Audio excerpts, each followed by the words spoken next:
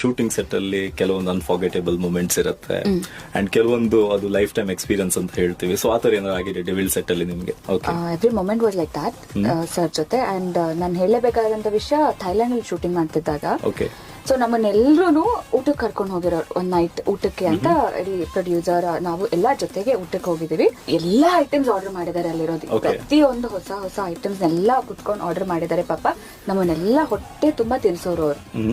ನಮಗೆಲ್ಲ ಹೊಟ್ಟೆ ತುಂಬಾ ತಿಂದಾದ್ಮೇಲೆ ಇಷ್ಟೇಷ್ಟು ತಿನ್ನೋದವ್ರಂತೂ. ಅವ್ರು ತಿಂದ್ರು ಆಯ್ತು, ಇಲ್ಲೇ ಇದ್ರು ಆಯ್ತು. ಬಟ್ ನಮ್ದೆಲ್ಲ ಹೊಟ್ಟೆ ಅದ್ ಬೇಕಮ್ಮ, ಇದ್ ಬೇಕಮ್ಮ, ಅದ್ ತಿನ್ನಿ, ಇದ್ ತಿನ್ನಿ, ಪ್ರತಿ ಒಬ್ರಿಗೂ. ಸೊ ಹೊಟ್ಟೆ ತುಂಬಾ ತಿನ್ಸೋರು ಅವರು. ಅದನ್ನಂತೂ ನನ್ನ ಲೈಫ್ ಟೈಮಲ್ಲಿ ಮರೆಯಕ್ಕಾಗಲ್ಲ.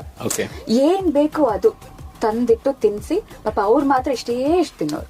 ಸಾಕಮ್ಮ ನನಗೆ ಸಾಕು. ಸೊ ಅದನ್ನ ನನ್ನ ಲೈಫ್ ಟೈಮ್ ಮರೆಯಕ್ಕಾಗಲ್ಲ. ಅವ್ರು ಮಾಡಿರೋಂತ ಕೆಲವೊಂದು ಹೆಲ್ಪ್ ಎಲ್ಲ ಪಾಪ ಯಾರು ಮಾಡ್ತಾರೆ. Is a star himself, is a super star. So ನಮ್ಮನ್ನೆಲ್ಲ ಅಷ್ಟೆಲ್ಲ ಕೇರ್ ಮಾಡ್ಬೇಕಂತನೂ ಇಲ್ಲ.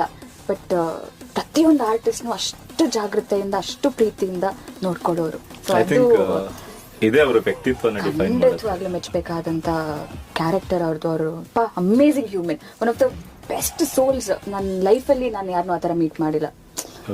GeM of a person he is.